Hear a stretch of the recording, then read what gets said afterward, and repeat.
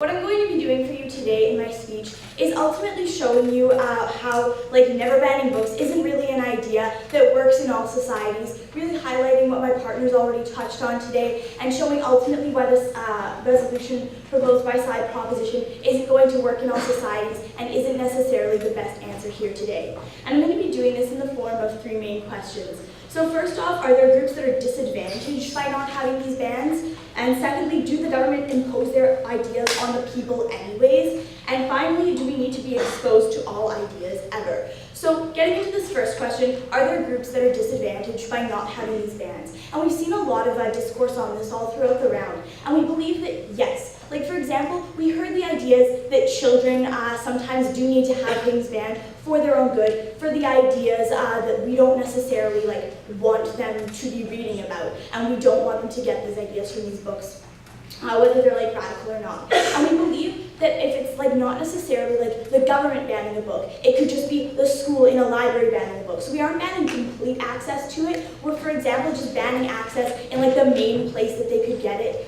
For example, in a school. So we aren't saying you can't go out and search for this book yourself in certain places. We're just saying, okay, we don't want it in our schools where the kids could say I read this really great book and it's in the library and tell their friends about these radical ideas.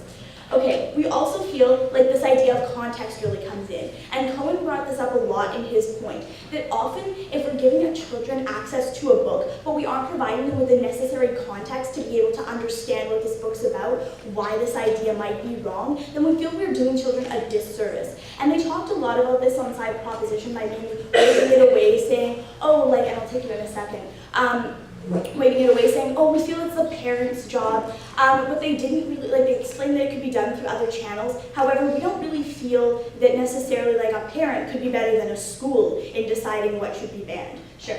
If children need context to see why something's wrong, can you explain why they'd be intelligent enough to see why it's right?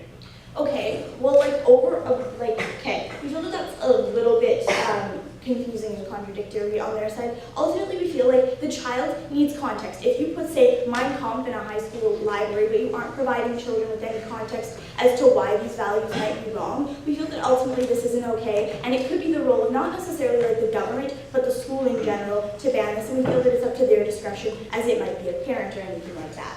So getting into the second question here, do governments impose their ideas on the population anyways? And we feel yes, and it was really been skirted around by side proposition.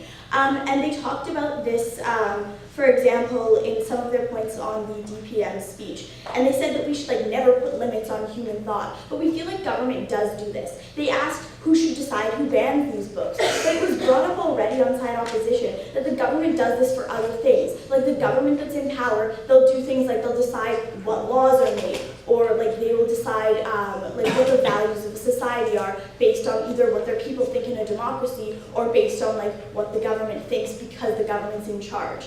And so we feel they do impose their ideas on populations anyways, and banning these books isn't necessarily a completely radical, different idea.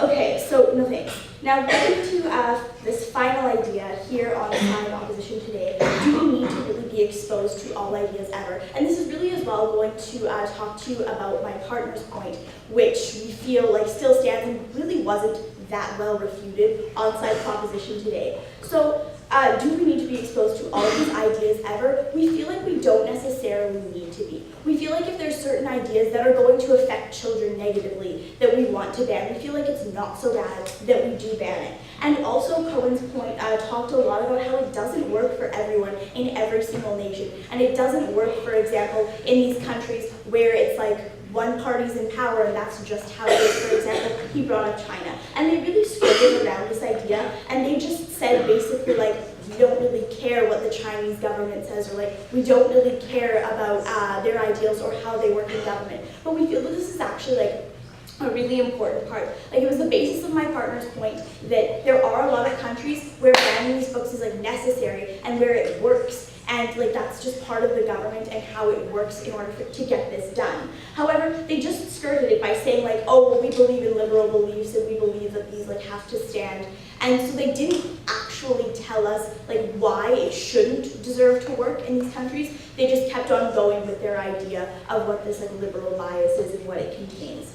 So overall, like they haven't proved really why certain nations need to allow all ideas, especially like if it's against what they're trying to tell their people.